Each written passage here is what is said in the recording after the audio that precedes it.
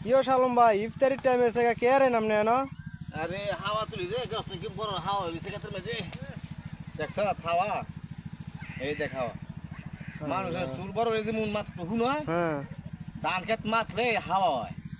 এর নাম হইছে হাওয়া নিয়া তাড়াতাড়ি করে না খাওয়া